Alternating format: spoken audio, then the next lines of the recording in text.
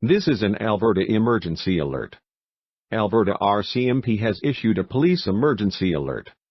This alert is in effect for Parkland County.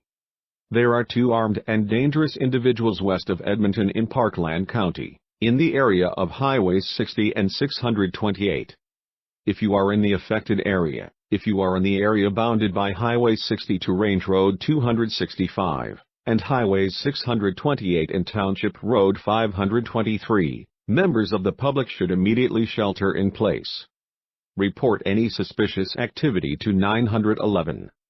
Do not post details of police operations to social media. Do not approach any suspicious individuals. If you are not in the area, avoid the area. For details visit www.emergencyalert.alberta.ca or stay tuned to local media.